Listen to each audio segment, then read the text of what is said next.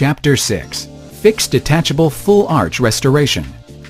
A fixed detachable full arch restoration is used when all teeth are missing in the upper or lower jaw. This is an alternative treatment to the traditional full denture or implant overdenture, which rests on top of the gum tissue. In this procedure, multiple implants are placed. The implants are typically left to heal for a few months. Exact time will depend on the quality of the bone where the implant is placed. Following healing, the implants are uncovered and a custom fixed detachable full arch restoration manufactured by a dental laboratory is seated directly into the implants.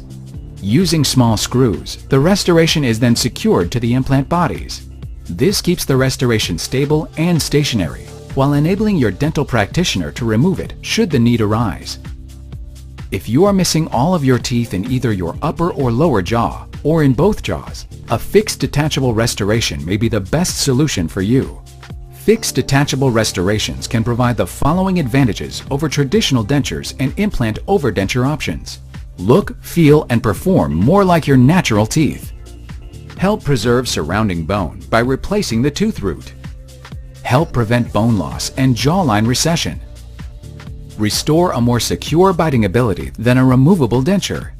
Improve appearance and self-esteem. Provide comfort and security.